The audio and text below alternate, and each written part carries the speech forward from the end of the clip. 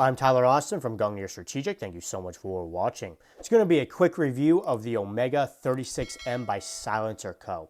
I've had this for well over a year now, and as you can tell by the wear, I have used it extensively. I have thousands of rounds through this thing at this point, majority of which being 5.56, 9mm, and 7.62 by 39. In my opinion, this will make for a phenomenal first suppressor in particular because A, it is multi-caliber. You can run anything from 9mm down through this. So 9mm, 5.56, 7.62 by 39, 300 blackout, 308. You can run all that through the suppressor, which is awesome because that means it's going to work with the majority of your firearms. On top of that, it is modular. So right now I have it in its K variation, i.e. its short variation. But if you wish and you want to get more suppression capability onto it, you can add the extension, and that adds more baffles and therefore is going to make it quieter. That's going to be useful in particular for bolt guns rather than like semi-auto gas guns where a short can, you're going to get the majority of your suppression out of it anyways. But for like a bolt gun, adding more baffles will certainly make the gun quieter. All you have to do is use these tools over here, unscrew the end cap, screw the extension on, and then screw the end cap back onto the extension, and then you would have it in its long variation.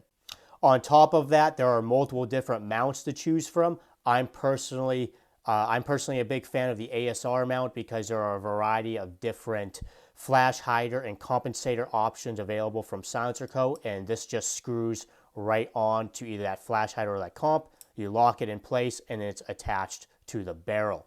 Personally, I'm a big fan of this and I use this exclusively. However, there are multiple different mounting options, including a direct thread option if you want to direct thread this onto your barrel. So there's a variety of different mounting options, which again, just makes this even more modular and more useful and more usable on many different firearms. It suppresses well. It's not terribly heavy in the K variation.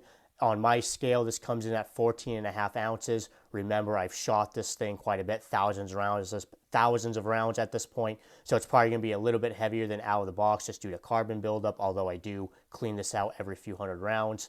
But it's not terribly heavy. And its long variation, I believe it comes in at just over a pound. So even in its long variation, it's not a terribly heavy suppressor. The only con to this I can really think of is that it is baffled, so it's not a flow-through or a low back pressure can. So you will get some back pressure from this. It's not horrible, not even remotely the worst suppressor in terms of back pressure I have ever shot. It will have some back pressure, but it's not terrible. But be aware that it is not a flow-through can.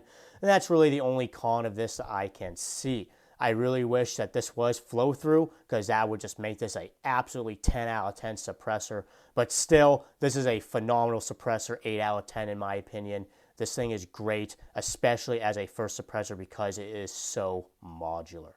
Anyways, I hope you found this video helpful and informative. If you did, please like and subscribe. I'm Tyler Austin from Gungnir Strategic. Thank you so much for watching.